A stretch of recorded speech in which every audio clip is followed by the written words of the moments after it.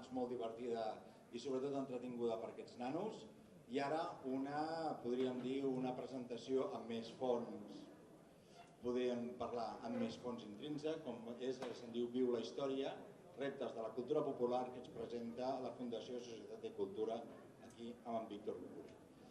Us llegeixo una petita introducció que ells mateixos ens han fet. Diu, malgrat que la cultura popular ha estat tradicionalment una via d'integració, un espai propici a la socialització i una eina eficaç de creixement personal, avui, a l'inici del procés constituent, i més, això ho dic jo, millor que mai, aquest procés, ens adonem que hi ha una franja important de població catalana d'orígens diversos, que no reconeix els valors de la cultura catalana i que vota l'espanyolisme més intransigent.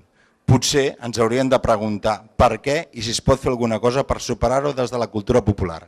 Víctor, tu mateix, reflexiona'ns i orienta'ns. No sé si seré capaç d'orientar, ja em conformaria amb orientar-me jo mateix. Bé, gràcies Joan per la teva presentació. En realitat, quan vàrem rebre aquesta comunicació que es feia al Som Cultura Popular, des de la Fundació Societat i Cultura vam considerar que era una bona iniciativa. La cultura popular ja n'hem parlat molt i suposo que encara se'n parlarà més, però tenim un petit problema i és que dintre de la cultura amb lletres grosses sempre ens posen amb lletres petites i per allà amb algun raconet.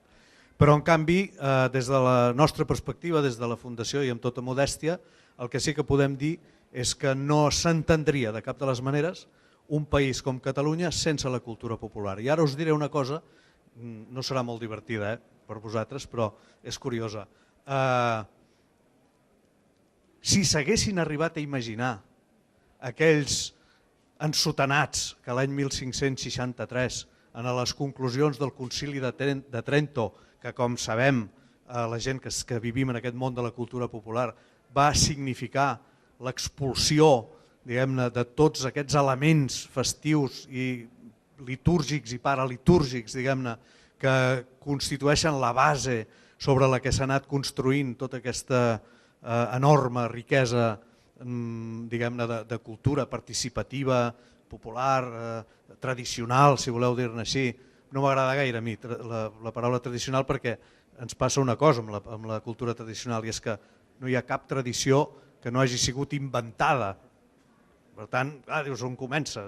Quan és que es fa tradicional? Doncs mira, no ho sé, perquè hi ha coses com el correfoc de Barcelona que s'ha fet tradicional i no ho era, i fa 4 dies. De fet, ja en deu fer 40 d'anys, però són 4 dies. Si ho compares, per exemple, amb la documentació que tenim de totes aquestes manifestacions, ja dic, molt riques i molt interessants al llarg dels segles i concretament en aquest país. Llavors, la qüestió era, si resulta que aquesta cultura popular ha estat capaç d'arribar a donar forma a un país com aquest, que és un país que també s'ha de dir i forma part de la realitat més profunda de la nació catalana, és un país fet d'al·luvió. Aquí sempre hem anat entrant i sortint i ara arribaven els uns pel nord i se n'anaven aquells pel sud i arribaven uns altres per l'oest i desembarcaven els grecs així a les nostres platges. És a dir, és un constant anar i venir i per tant, pobre del que busqui una identitat catalana, diguem-ne, genètica. Vull dir, ja ho té complicat això, no? Però en canvi, curiosament, tot aquest flux de gent que entra i surt, amb cadascú amb les seves manies, les seves dèries, les seves coses, les seves oficis, la seva feina, les seves aficions, doncs clar, acaben configurant realment un país molt divers, molt ric, plural, molt inclusiu, d'això ens en sentim orgullosos, i tanmateix observem que hi ha un problema, i és que hi ha una franja de gent que viu i conviu amb nosaltres en aquest mateix tros de món i que en canvi no hi ha manera de que sintonitzem. És a dir, tenim un problema i tenim un problema concret que a més la gent que l'estudia ens diuen sí, és que miri, això passa, veu, en aquell barri d'allà, d'aquella ciutat o d'aquell poble,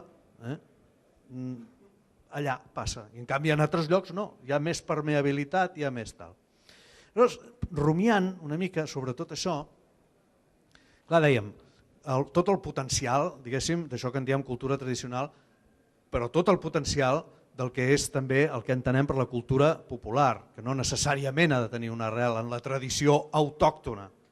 Pot tenir arrels en altres tradicions o senzillament no cal que en tingui, diguem-ne, perquè els fenòmens, les expressions de la humanitat es produeixen i no cal anar-los a buscar gaires més explicacions, es produeixen, i quan es produeixen probablement és el moment de dir aquí hi ha una cosa que ens crida l'atenció, aquí hi ha un fet que va associat, això sí,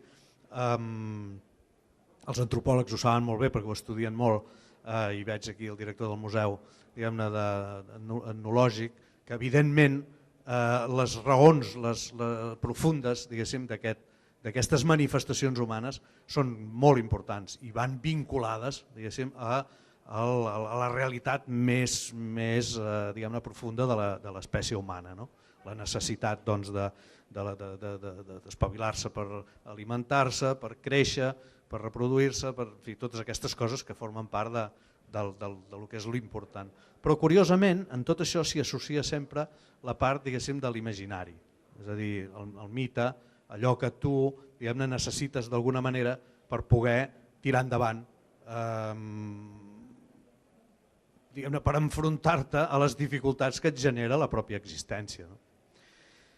Llavors dèiem, hi ha d'haver alguna manera de poder trencar aquesta encara frontera interior que tenim i que ens la dibuixen aquest entorn que és com un tercer sector, podríem dir-ne, del nostre país, que no connecta amb la gent del primer sector.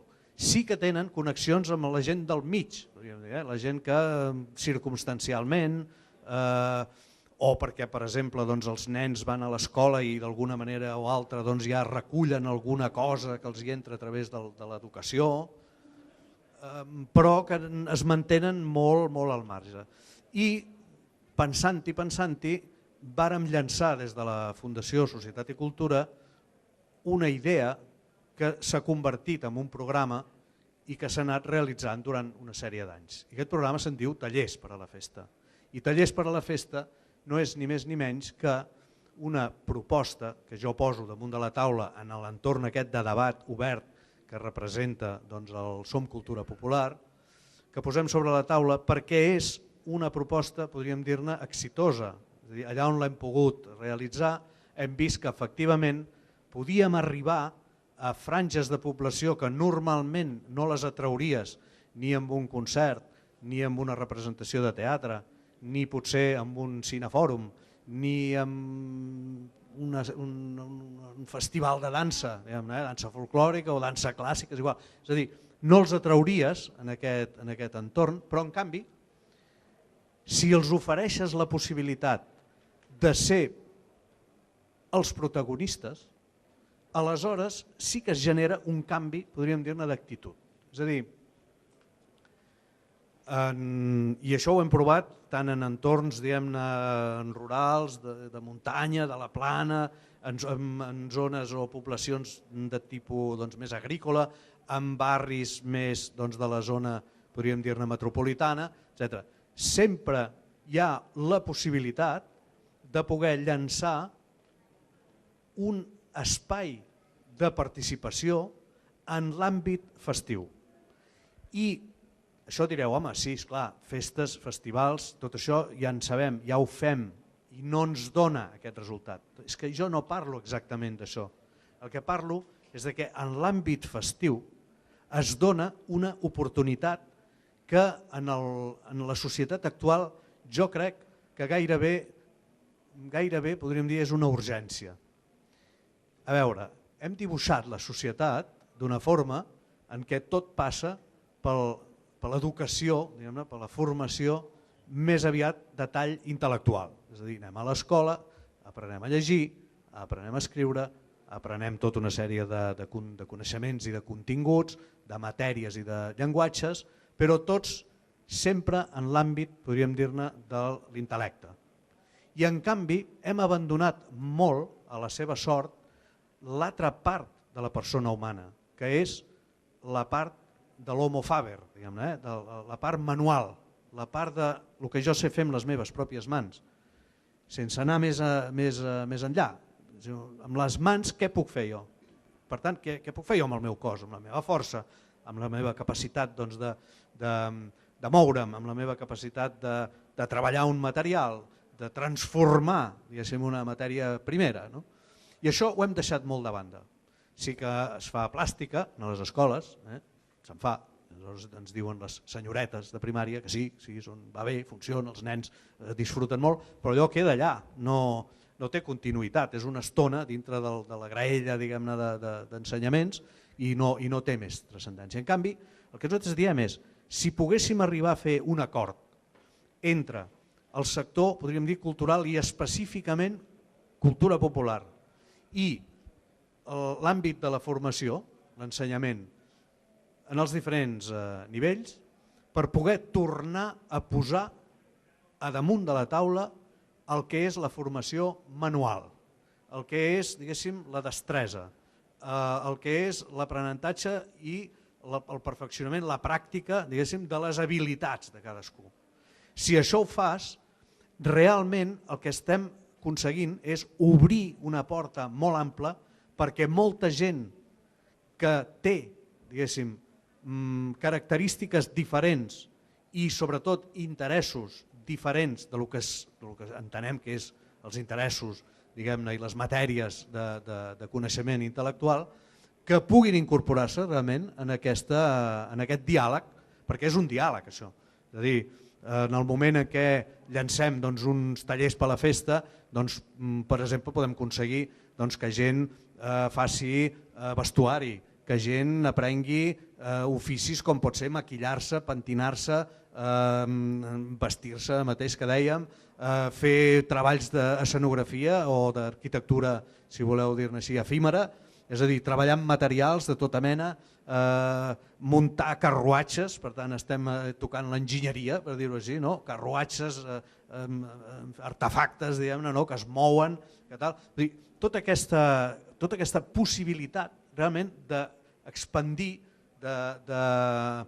de treure allò que tenim a dintre i que moltes vegades ens queda amagat, perquè clar, tenim massa feina a aprovar exàmens, tenim massa feina a passar els controls que ens exigeix el sistema de formació actual i ens perdem una de les parts més creatives i més a l'abast d'un nombre més gran de persones de la societat en general. Però jo reivindico que en particular la societat catalana, justament perquè és de l'Ubió, per tant, que rep i es configura amb gent de molta diversitat de maneres de fer, pensar, llengües, etc., hàbits, costums, oficis, tradicions, o sigui, hi ha tota una diversitat enorme i que això té un punt de trobada, que és aquest àmbit festiu, però no amb el festiu de consum, que és això més o menys ja ho sabem fer, tothom. No, ara per Sant Joan farem un foc i cerveses per tothom. No, escolti, no és això, que ja està bé que ho fem també, sinó que és treballar la festa, treballar l'oci, el lleure, amb plantejaments creatius. Podríem dir que aquesta seria la base del que proposem des de la Fundació Societat i Cultura, ja dic amb tota modèstia, però sobre una pràctica, no sé si es veu una mica les imatges aquestes que us he proposat, això és una festa, una d'aquestes tantes que hem fet, que es fa amb motiu del torró d'Agramunt, aquesta indústria de la qual viu precisament Agramunt com a cosa important, econòmica, però que resulta que, clar, han aconseguit, a través d'això, posant una llegenda en escena, han aconseguit que moltíssima gent hagi entrat directament a ser protagonista, partícip d'aquesta, diguéssim, realitat que configura la seva vida com a societat, com a comunitat, com a municipi i que a la vegada forma part del que és la vida social. Per tant, és impacte econòmic, impacte social i, evidentment, l'impacte cultural. Perquè justament aquí, com per exemple ja ens hem demostrat a a nosaltres mateixos que succeeix en l'àmbit dels castellers. Sabem que els castellers sí funcionen com una plataforma d'acolliment, d'integració i de configurar noves realitats socials. Sí, els castellers funcionen, però no hi ha castellers a Santa Coloma de Gramenet, em sembla encara. N'hi ha? Sí, hi ha a Santa Coloma? Perquè clar, dius, a Vilafranca això ens funciona molt bé, a determinats llocs doncs, també, a Terrassa, per exemple, també funciona molt bé, que no n'hi havia de castells a Terrassa i a tants altres llocs. Però dius, a més d'això, que ja fa aquesta funció i que ha donat un resultat, és a dir, és evident que la societat catalana és una societat bastant cohesionada malgrat tot el que és, diguem-ne, en origen i tot això, però ens queda potser acabar de donar-li una volta perquè en aquests llocs que són de més difícil, diguem-ne, accés o de més difícil, no sé, presència, diguem-ho així, doncs probablement a través d'aquest tipus de proposta es podria trencar efectivament aquesta darrera, jo entenc que és la darrera frontera que tenim en la societat catalana des del punt de vista de la cultura. Ja sabem que hi ha altres trencaments econòmics, en fi, tot això, però ara parlem estrictament, diguéssim, de la cultura. Moltes gràcies per la vostra atenció i si voleu fer alguna pregunta sobre la qüestió que us he proposat, doncs encantat us respondré. Si obrim, tenim encara 5 minutets per poder parlar amb en Víctor, crec que val la pena. Jo personalment m'agradaria reconèixer aquest punt de diferenciació que ens ha fet entre el que és la festa més de cervesa, per dir-ho d'alguna manera, i més el fet festiu i col·laboratiu. Aquest crec és un punt que crec que val la pena incidir i bé, aquestes activitats com la que ens està presentant aquí crec que són... I us encoratjo, ja que si no teniu aquí por de parlar, us encoratjo a anar al bidó de Fúsic i parlar llarg amb en Víctor, que val la pena. Moltes gràcies, Víctor, gràcies a vosaltres. I aquí ens tens.